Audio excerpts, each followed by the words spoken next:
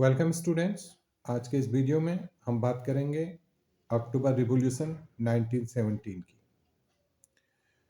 जैसे जैसे interim government और बोल्शेविक के बीच टकराव बढ़ता गया, लेनिन को इंटरिम गवर्नमेंट द्वारा तानाशाही थोप देने की आशंका दिखाई देने लगी, तो उन्होंने सरकार के खिलाफ प्रोटेस्ट की चर्चा शुरू कर दी। इसके लिए सेना और फैक्ट्री सोवियतों में मौजूद जितने भी बोल्शेविक लोग थे उनको इकट्ठा किया गया। 16 अक्टूबर 1917 को लेनिन ने पेट्रोग्राड सोवियत और बोल्शेविक पार्टी को सत्ता पर कब्जा करने के लिए राजी कर लिया।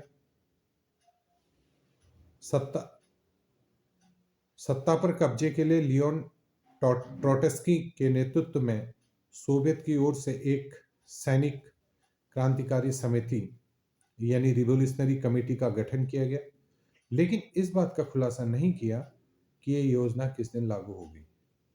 24 अक्टूबर को प्रोटेस्ट शुरू हो गया। संकट की आशंका को देखते हुए जो प्राइम मिनिस्टर केरेंस्की सैनिक टुकड़ियों को इकट्ठा करने शहर के बाहर चले गए। तड़के ही सरकार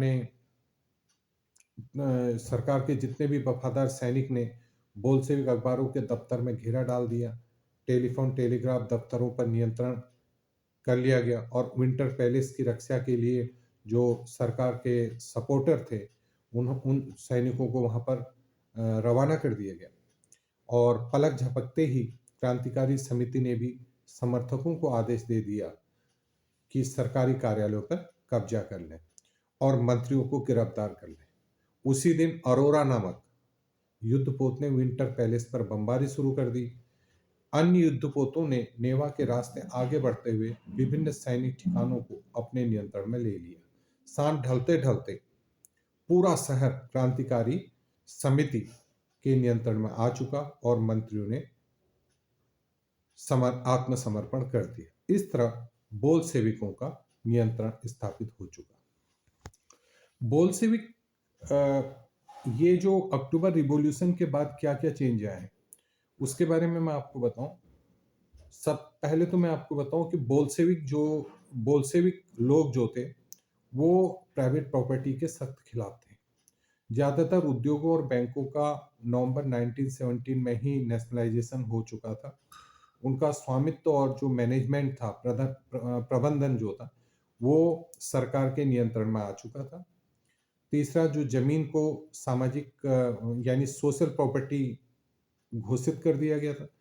किसानों को सामंतों की जमीन पर कब्जा करने की खुली छूट दे दी।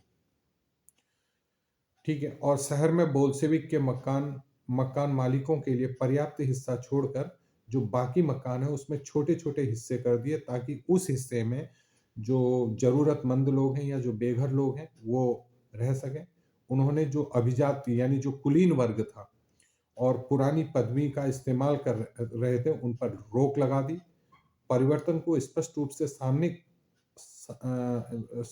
रूप से सामने लाने के लिए सेना और सरकारी अफसरों की ड्रेस बदल दी, वर्दियां बदल दी। इसके लिए 1918 में एक ड्रेस कंपटीशन का आयोजन किया गया जिसमें सोवियत टोपी कैप यानी बुदियोनोव्का का चुनाव किया गया। बोल्शेविक पार्टी का नाम बदलकर रूसी कम्युनिस्ट पार्टी या बोल्शेविक रख दिया गया। नवंबर 1917 में बोल्शेविकों ने संविधान सभा के लिए चुनाव कराए, लेकिन पर्याप्त बहुमत नहीं मिल पाया। जनवरी 1918 में असेंबली ने बोल्शेविक के प्रस्तावों को खारिज कर दिया और लेनिन ने असेंबली बर्खास्त कर दी।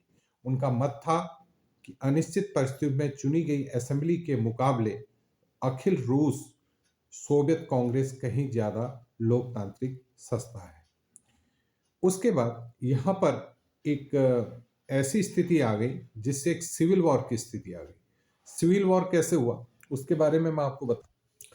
गृह युद्ध की स्थिति के लिए मैं बताऊं कि जैसे जब बोल्शेविक ने जमीन के पुनर्वितरण का आदेश दिया तो रूसी सेना टूटने लगी।